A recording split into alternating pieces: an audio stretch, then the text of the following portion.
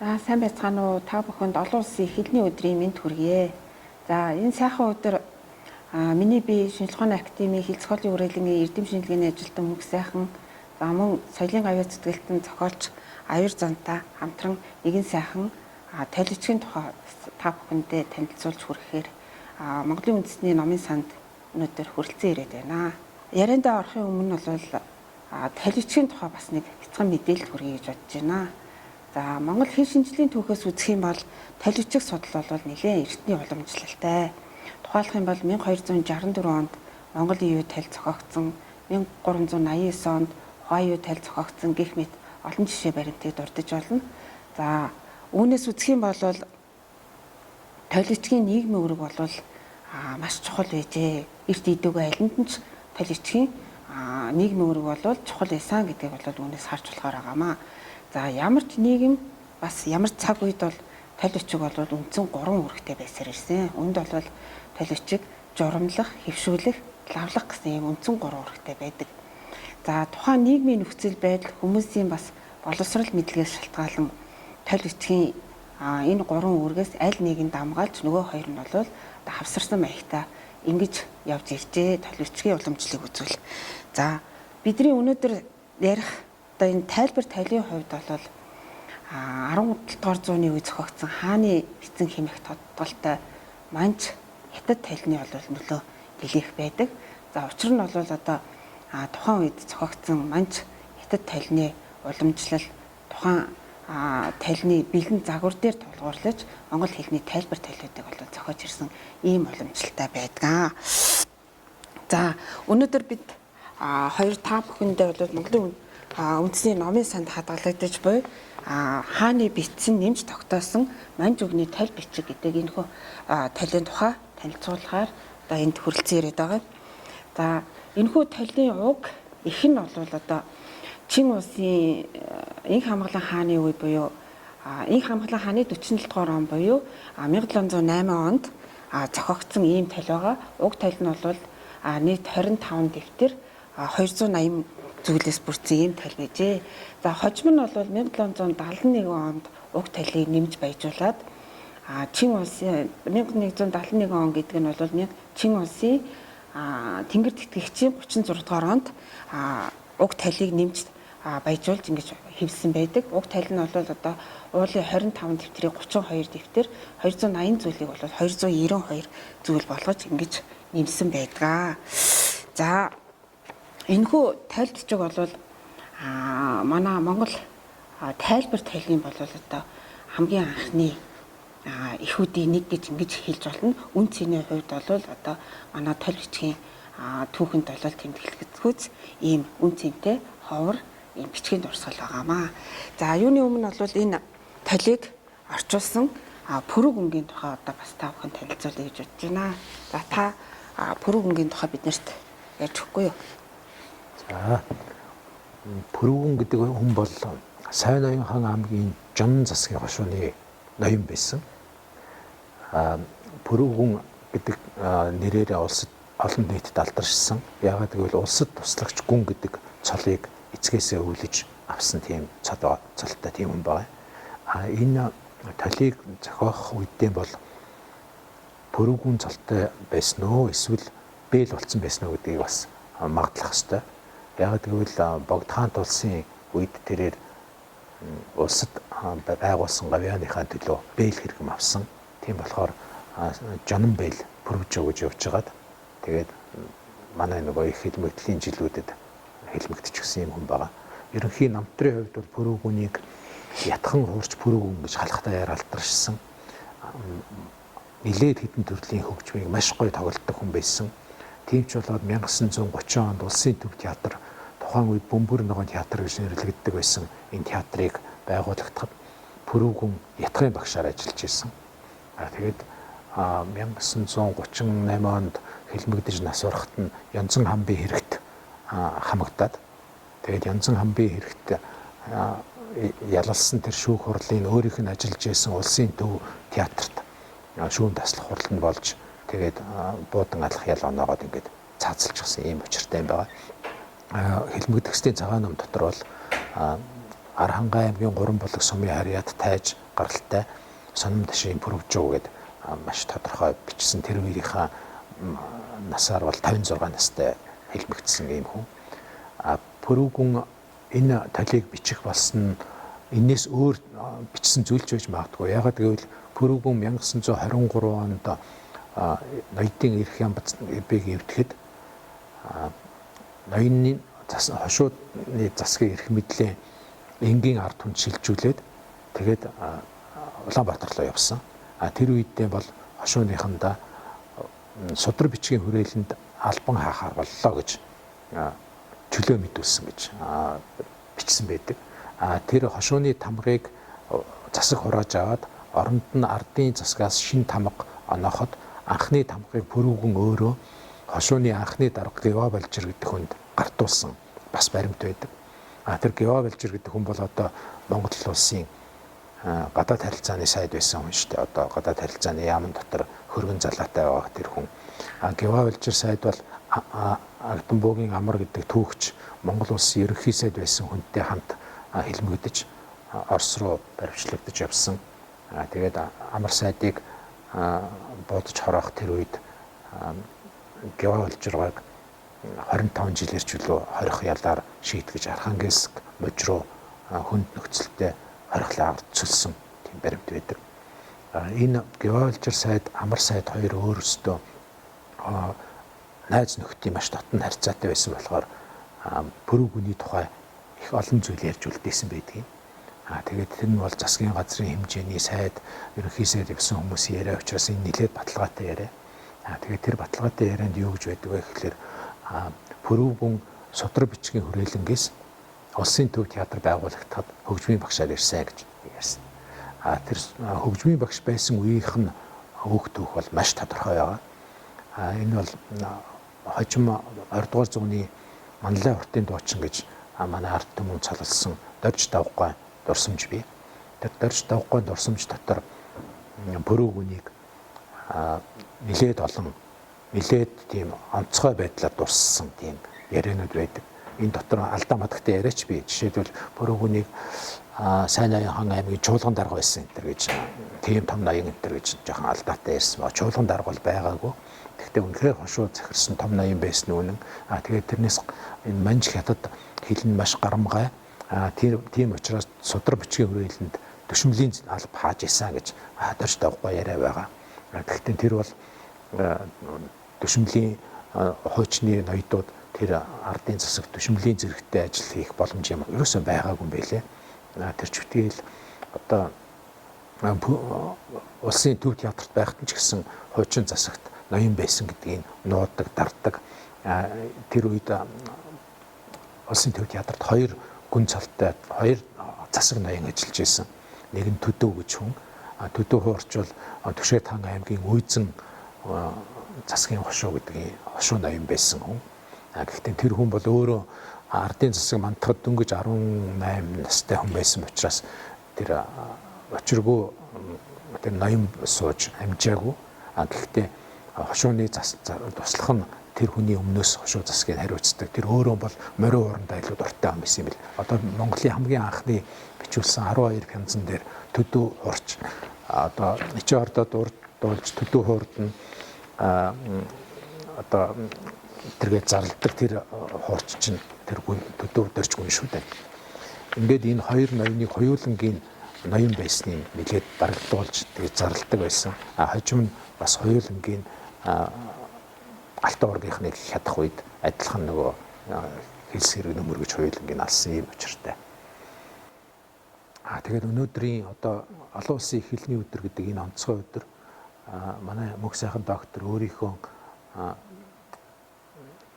энэ ажлыг энэ судалгааны ийм гоё ном болгоод түмэнд хүртээлтэй ийм ажил болгоод тэгээд үндэсний номын сангийнхаа сан хомрог шилжүүлэн өгч байгаа. Үнэхээр бэлгшээлтэй сайхан юм тохиолдож байна. Тэгээ би өөрөө энэ Пүрвгүний захирч явсан хошуу нутгаас гаралтай миний өвөг дээдс бүр одоо манай эмээ өөрөө өөрийнхөө нүдээр Пүрвгүнийг олон харсан байдаг. Манай эмээгийн ээж нь Пүрвгүний гэрт ажиллаж байсан тийм хүн бүр ийм болохоор бас олон талын бэлэг учрал бүрдээд энэ ном үндэсний номын сангийн хөмрөгт очиж байгаа үнэхээр их баяртай байна.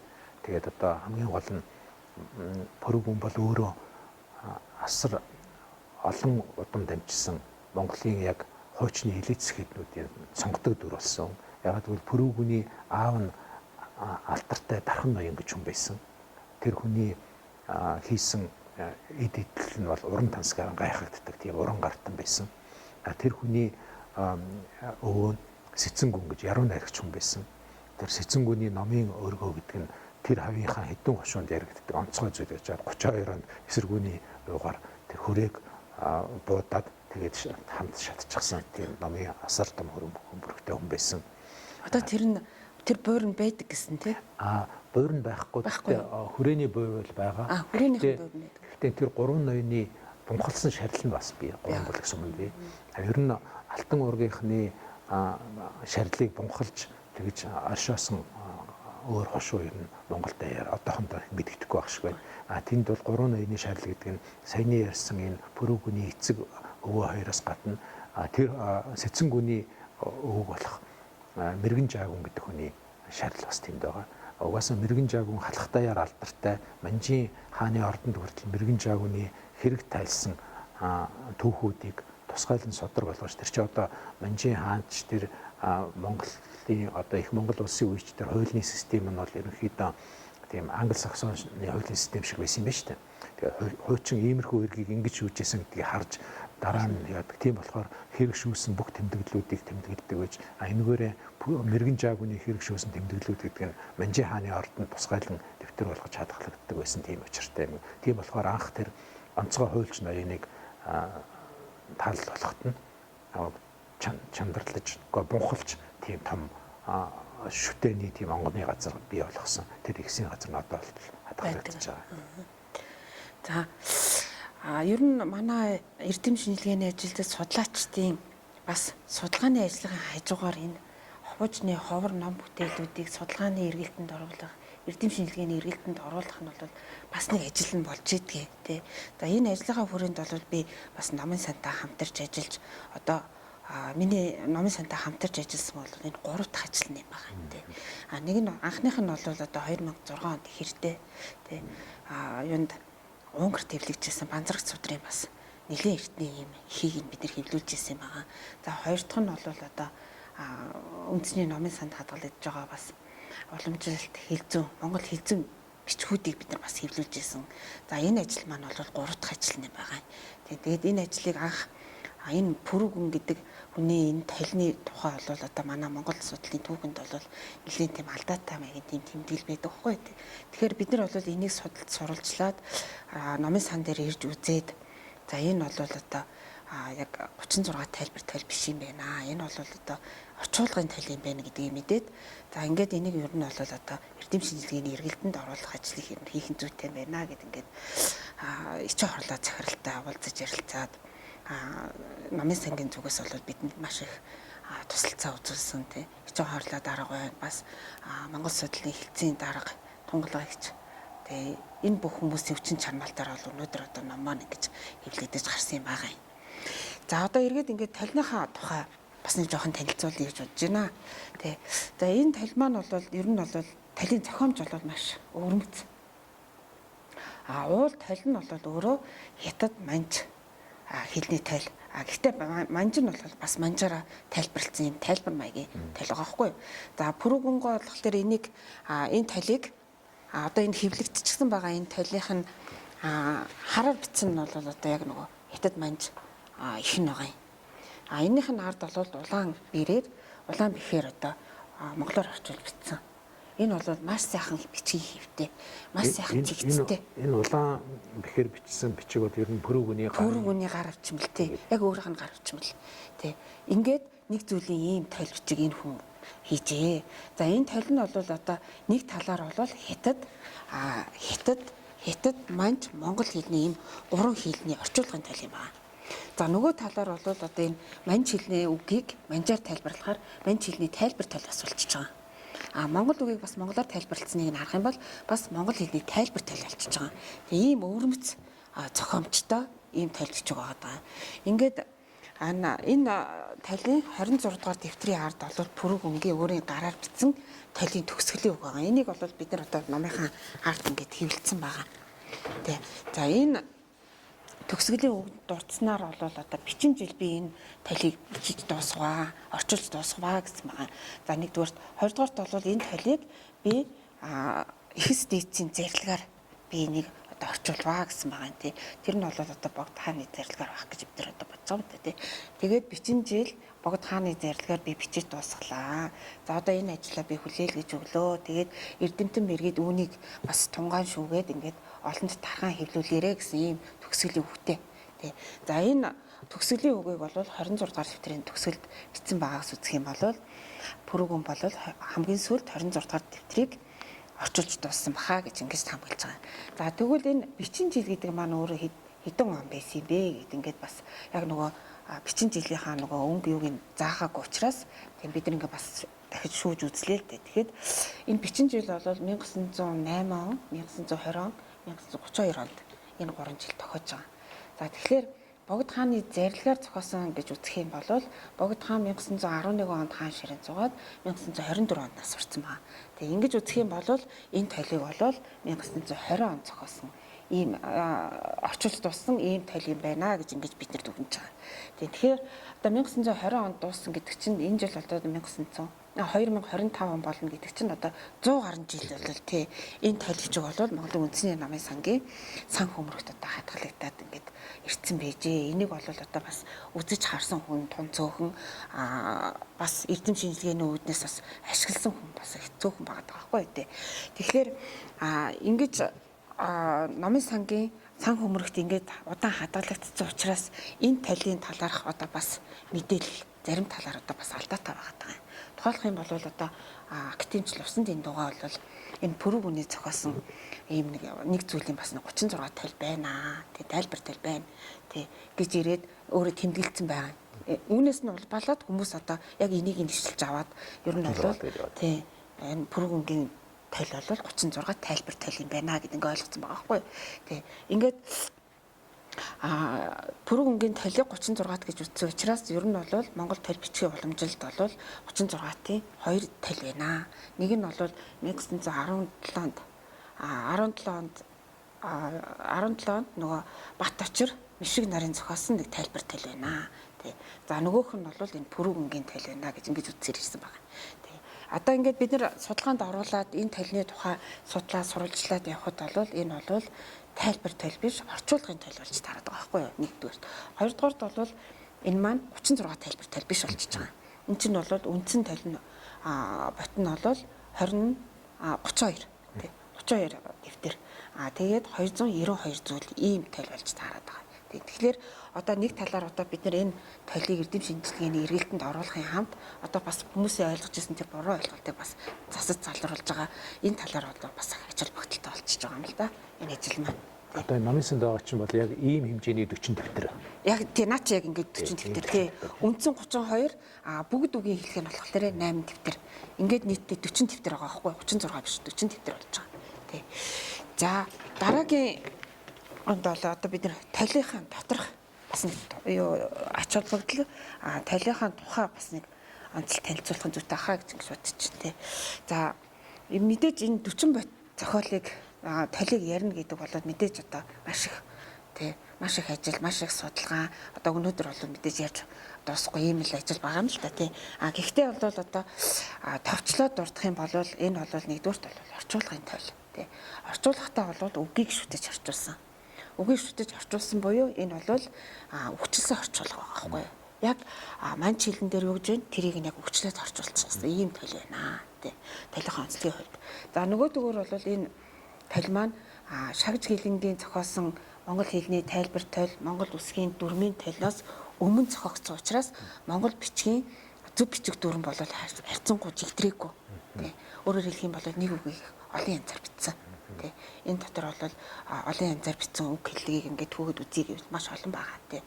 За нөгөөдгөр бол одоо энэ маань өөрөө Пүрэв хүн бол өөрөө бичгийн маш өндөр боловсралтай хүн байсан учраас хуучны бичгийн хэлний аюул олон үгнүүд байна энэ дотор тий. Их сайхан үгнүүд байна. Бүр тэр битгэл нуус тавчаан дотор гэдэг үгнүүд хүртэл энэ дотор байна.